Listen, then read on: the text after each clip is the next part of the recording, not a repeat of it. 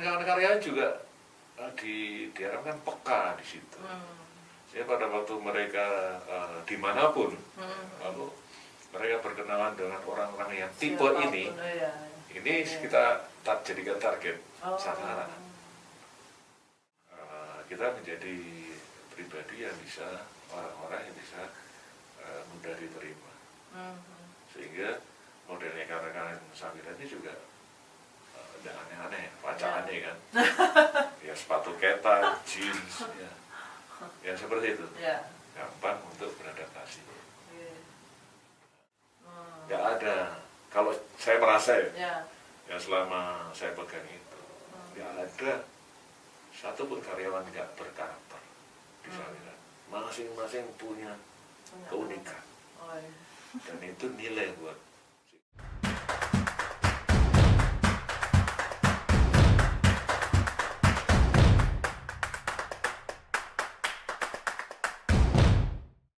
ya. 10 kantor itu dari tahun 97 sampai berapa berarti?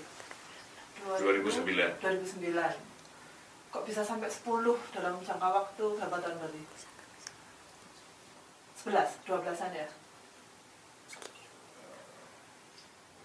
Kan bisa sampai 10 kantor. Kalau terakhir itu Batu itu 2008 ya. 2008. Ya sekitar 9 tahun. 10 tahun. 10 tahun. Jadi strateginya sampai 10 yang mungkin dari segini kita mau buka 10 kantor. Saya masih mikir ya. Iya. Jadi dasarnya adalah visi ya. Visi apa Pak? Visi gimana? Visi kalau visi Samira saya sudah lupa ya. Karena itu kan secara teksnya lupa lah ya. Ganti-ganti. Tapi visi ini sebenarnya yang kita tanami dari penasihat kita, ini pengurus sama saya. Itu bagaimana CEO Samira ini berdampak lebih luas, punya nilai manfaat ke masyarakat lebih dalam arti lebih banyak, baik secara kualitatif maupun kuantitatif. Dan peluang untuk itu ada karena pada waktu itu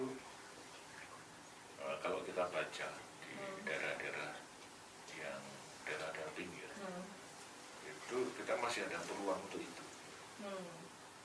Jadi kalau kita mau membuka di satu tempat, kita kan mesti mapping nih. Mapping ini daerah-daerah mana sih? Daerah-daerah yang secara ekonomi bagus, tetapi jauh dari jangkauan lembaga keuangan. Itu langsung kita biasanya seperti yang saya sampaikan di pengembangan di mana ini? Di Tosari. Ya kan? Nah, untuk pengembangan secara umum masih begitu kita. Jadi selalu ada orang-orang yang terpikat pada gaya. Pertama kan gaya, yang ditangkap orang itu gaya. Lalu visinya. Dari gaya visi itu orang bertemu dengan kawan-kawan yang lain lalu tertarik. Lalu seperti pengurus-pengurus itu, pengurus-pengurus itu kan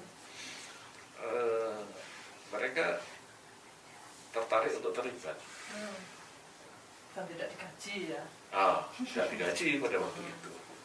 Tapi mereka tertarik untuk terlibat. Orang ke Panjen ada, ke Panjen nyambung ke mana? Ke Samben, ke Samben nyambung ke Ulingi. Itu semua begitu. Itu namanya sistem sel. Jadi Sawiran kita kenalan dengan orang Malang. Orang Malang itu ada Bu Tati. Bu Tati punya kenalan-kenalan yang kita kenal kan, person-personal ini yang punya apa namanya, punya passion, lebih dari passion ya gitu, punya punya idealisme tadi. Jadi kan segera nangkap. Itu kalau bahasa teknisnya kan early adapter. Orang-orang yang segera menangkap lebih awal timbang yang lain, lalu dia pengen mengembangkan. Nah, itu kita harus jeli di situ. Nah, kawan-kawan karyawan juga diharapkan peka di situ. Jadi pada waktu mereka dimanapun, lalu mereka berkenalan dengan orang-orang yang tipe ini kita jadikan target sasaran. Nah, mulai diproses, diprospek kata orang-orang finance kan, lalu berkenalan, ya akhirnya mereka tertarik. Nah, dari rasa tertarik itu kita improve, ya, improvement kapasitasnya, pengetahuannya, ya. Kita pertajam untuk nilai-nilainya melalui diskusi-diskusi. Kalau dulu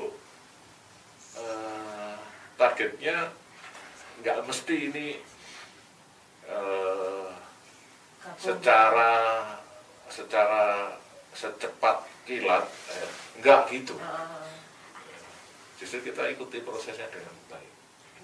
Asalkan menjalin komunikasi tadi ya? Iya, kita datangi rumahnya, kita datangi tempat kerjanya, kita enggak bicara soal situs aliran atau pekerjaannya, tapi kita bicara soal hal yang lalu sampai ke sana. Pintu masuknya selalu hal-hal yang sifatnya umum. Tapi akhirnya kan mereka lebih kena di situ. Nah, dalam proses perekrutan tadi salah satunya sistemnya ya gitu. Jadi seperti Pak Kris, Pak Heri, Jarot yang di Tosari itu. Halo semuanya. Itu ya. Itu bukan karena kita buka rekrutmen, enggak. Kita milih. Lalu mereka tertarik, lalu Pak saya pengen join. Kenapa? Pak Kris lucu, sudah jadi guru belasan tahun, tapi pengen gabung dengan Samira. Dan sampai pensiun dengan sekarang. Sampai pensiun. Marinas, itu terjadi. Jadi itu menurut saya proses internalisasinya menjadi tidak susah. Karena dia pada waktu menjadi anggota, dia sudah menempatkan dirinya sebagai penggerak. Karyawan itu bukan pekerjaan ya, seperti bukan pekerja. Itu kayak saya bilang selalu kepada kawan. Jadi Anda itu bukan hanya karyawan, tapi Anda penggerak. Bukan hanya jam 7 lalu pulang jam 4 gitu. Ya. Lalu habis itu tidak mikirin apa-apa ya. Ya kan? Mikirin yang lain lah. Artinya apa? Artinya itu sudah tertinggal jauh di kantor dan tapi kalau saya rasa dulu nggak kayak gitu. Itu jam 4 ya. Jam 4 tutup kantor, itu kita malah mulai jalan ke anggota. Ayo kita jalan kita ini. Ya. Nggak ditelepon anak istri. Nah, mereka udah tahu. Jadi itulah sistem yang kita bangun. Saya punya kebiasaan sih ya. Pada waktu dulu proses mengenal seseorang, itu saya pasti harus tahu latar belakang keluarga. Karena apa sih? Karena supaya ini menjadi satu kekuatan, bukan menjadi obstacle, bukan menjadi penghalang. Jadi, tapi kan harus berkunjung. Ya, oh begitu Pak, oh percaya deh, malah mendukung gitu.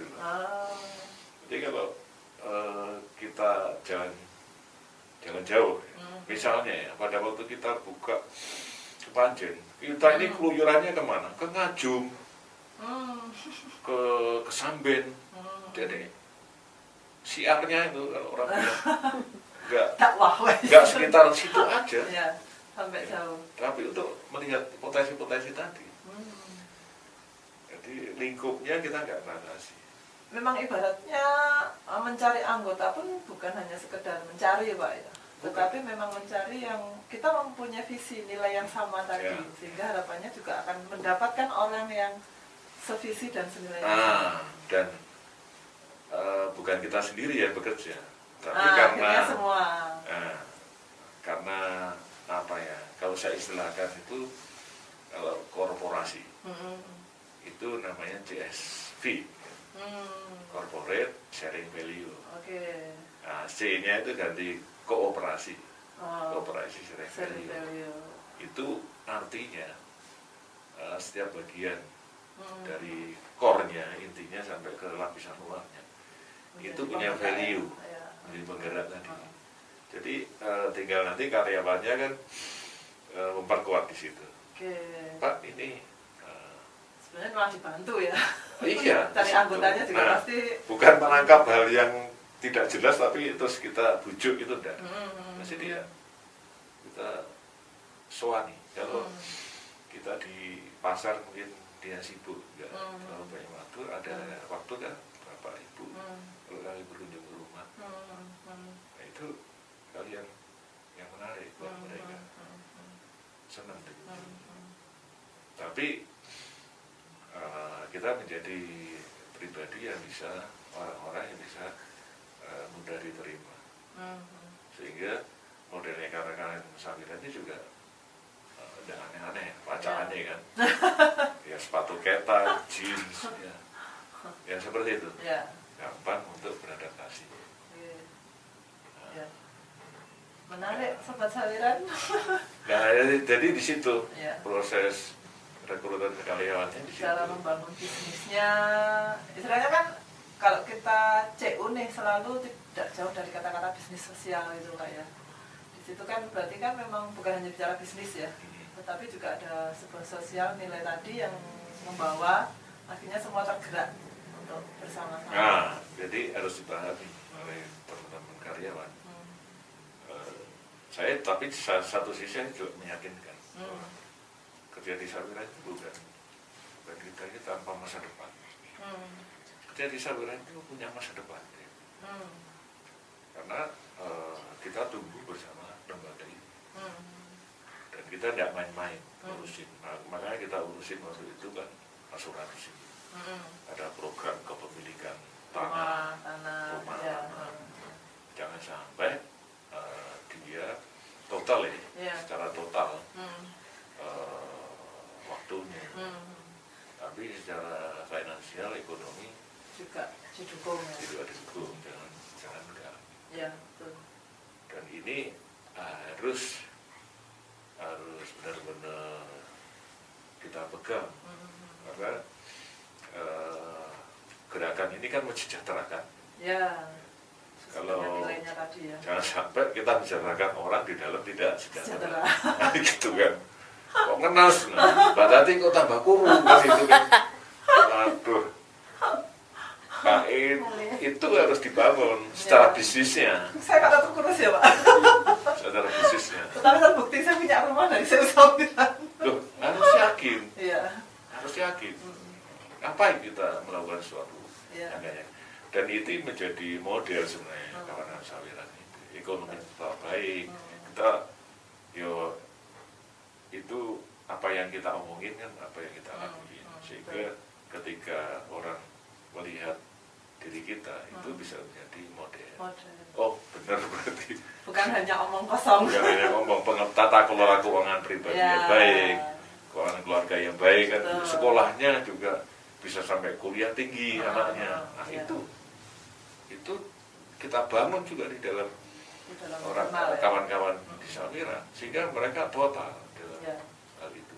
Jangan sampai berpikir nanti sama nggak jelas ini kan.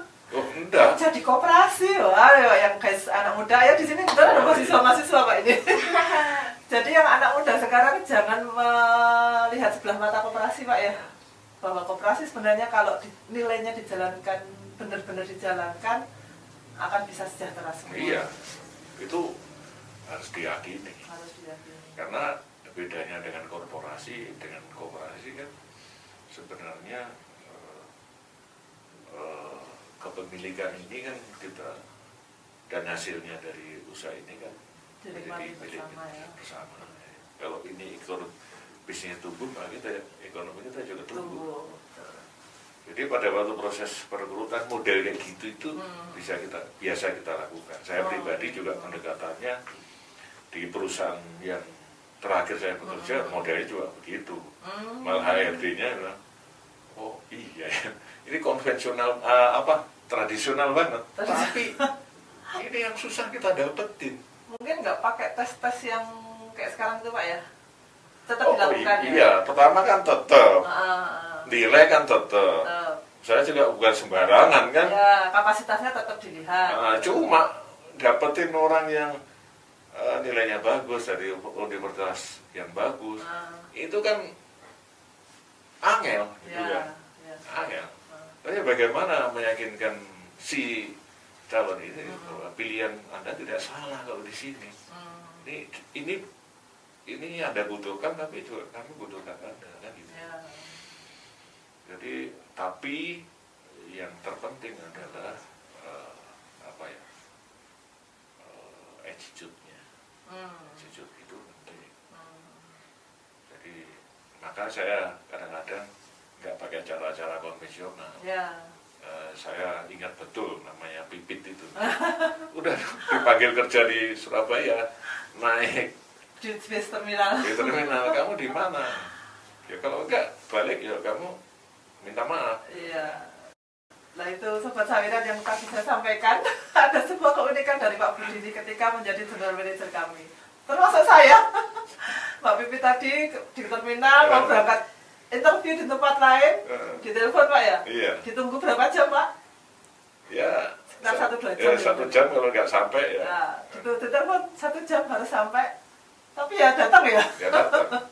Dan ya kita lihat sampai sekarang. Kalau saya tuh dulu di Blitar Pak posisi, jadi ditelepon bahwa 2 jam saya tunggu ya nyampe Malang. Hah, 2 jam dari Blitar dan saya posisi kerja. Jadi mohon maaf para pimpinan saya yang dulu. Saya mengaku dosa sekarang ya teman-teman. Asik.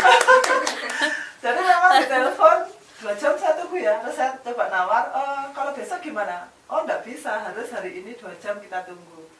Dan saya berangkat ke Blitar, saya ke Malang hari itu. Dan terbukti saya sudah 15 tahun di Sawiran. Ya terima kasih. Terima kasih sekali. Tapi rata-rata begitu. Kenapa Pak kok dadaan ya? Biasanya kan tanggal berapa, nggak hari itu juga kayak gitu. Ya itu kan natural banget ya. Bahkan ada cara-cara yang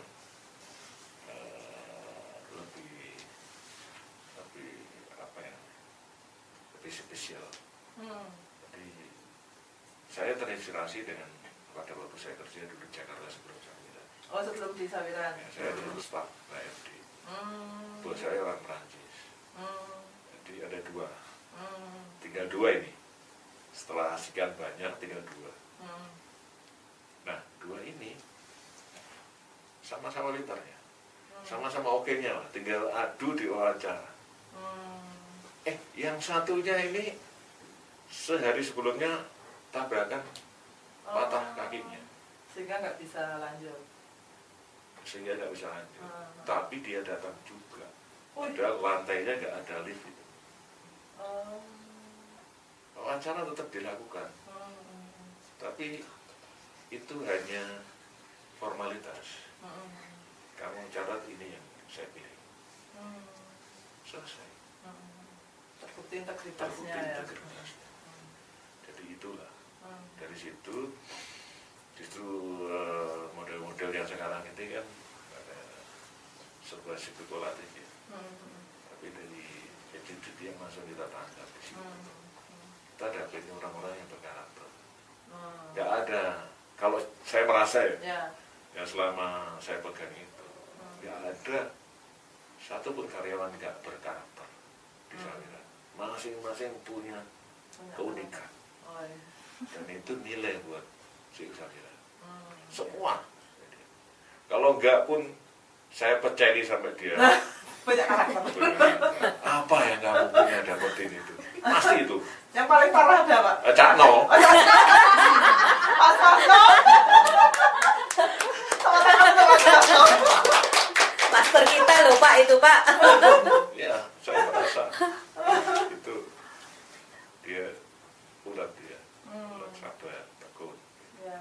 Dan sampai sekarang masih disiksa Wira. Sampai budak kan.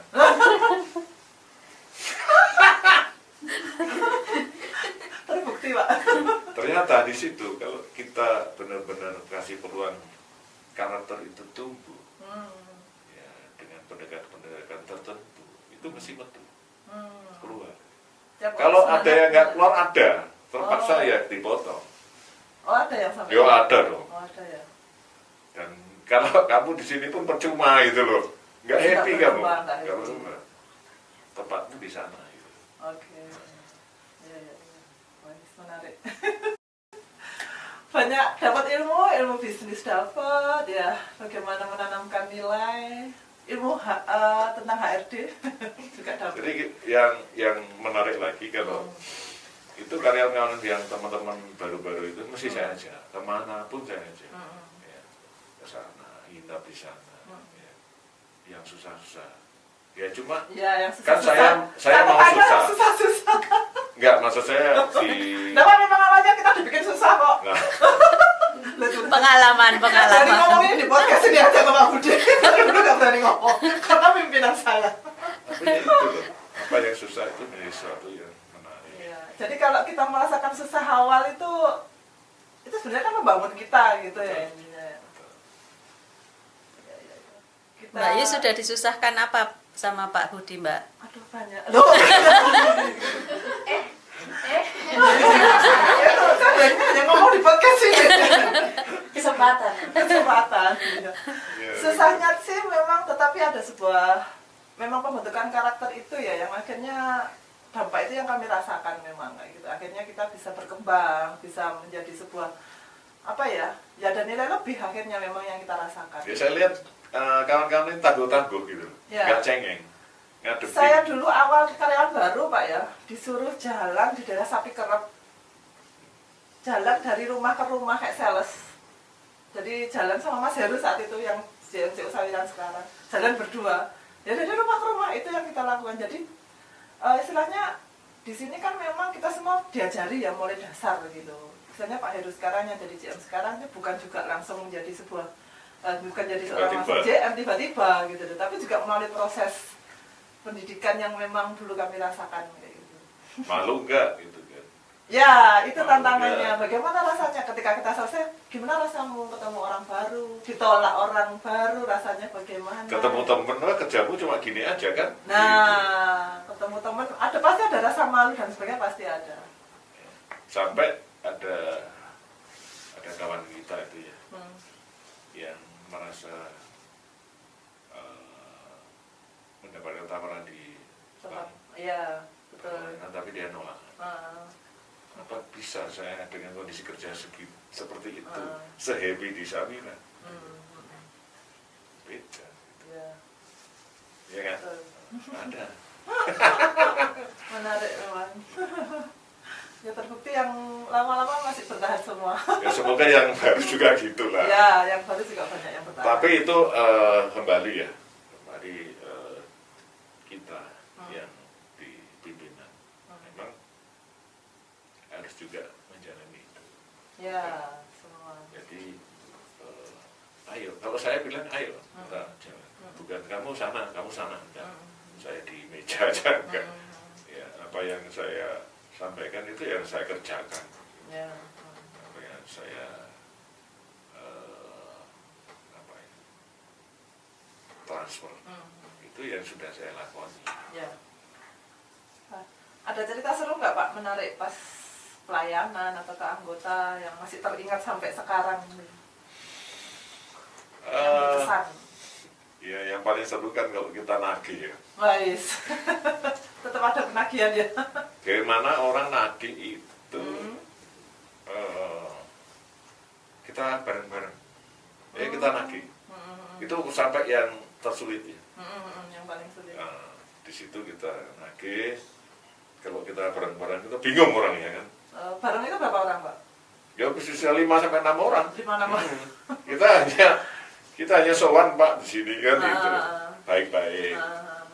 Habis itu kita ngomongin sampai yang terakhir sapinya kalau enggak saya bawa kan gitu kan. Pernah Pak bawa sapi? Oh pernah. Kalau sapinya dibawa enggak pernah. besoknya dijual ya. Oh, kirain pulang Mbak sapi. Di daerah Belarang sama daerah Oh, daerah Nongol Jajar. iya, iya, iya. Saya lihat nunggak sekian lama, tapi sapinya kok ada di kandang ada 4 gitu kan. Akhirnya disuruh jual. Ya kita baik-baik lah. Ya, harus begitu. Ya. Yang mesti ada risikonya, dari sekian orang ada loss berapa persen. Itu namanya bisnis risiko. Ya, betul. Tapi manajemen risiko nah, pasti ada. Pasti ada. Ilmunya kan banyak. Ya. Ya, menarik. Ada pertanyaan teman-teman? Cukup. Cukup jelas ya. Sudah panjang kali lebar. Ya, Sobat Sawiran, hari ini sudah kita kupas bagaimana sih dulu berkembangnya CU Sawiran hingga sampai 10 kantor ketika tahun 1997 ya Pak, sampai 2008 ya, 2008 terus berkembang 10 kantor. Nah, memang bisnis yang pasti tetap naik turun Pak ya. Dulu pasti juga pernah mengalami turun, pernah Pak ya pasti ya. Naik juga pernah kayak gitu. Nah, sudah kita kupas. Seru, menarik ceritanya dari sumbernya langsung Pak Budi, JM pertama. Nah, Pak Budi keluar dari sana tahun berapa Pak? 2010. 2010. Bulan Desember. 2009 loh Pak. 2009. Iya, 2009 November. Iya, 2009 akhir ya. Karena saya ingat karena 2009 awal saya direkrut, 1 tahun hanya dipimpin oleh Pak Budi, kemudian Pak Budi sudah pindah. Gitu. Ada pesan terakhir Pak mungkin sebelum kita akhiri podcast ini untuk CU Sawiran secara umum ya, supaya CU Sawiran tetap berkembang dan memberikan manfaat bagi masyarakat. Ya, prinsipnya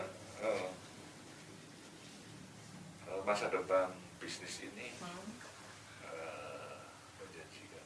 Oke. Karena CU Sawiran sebagai bisnis yang berdasarkan pada kemanusiaan dan gerakan, itu nilainya nggak bisa ditiru. Itu spesifik model kita. Dan saat ini yang begitu itu masih sangat dibutuhkan. Meskipun sekarang bentuk-bentuk kompetisinya Luar tinggi. biasa. Kalau dulu microfinance itu hanya di Koperasi. Danamon ya. Iya. Sama koperasi. Tapi yang unik dari Sawiran itu nggak ada di mereka atau di CU. Dan itu harus, menurut saya, harus ditumbuhkan, dicari. Yang ditonjolkan itu ya. Meskipun bentuknya bisa rupa-rupa ya. Tapi secara substansinya atau core-nya itu sama. Saya kira itu. Tapi harus benar-benar diwujudkan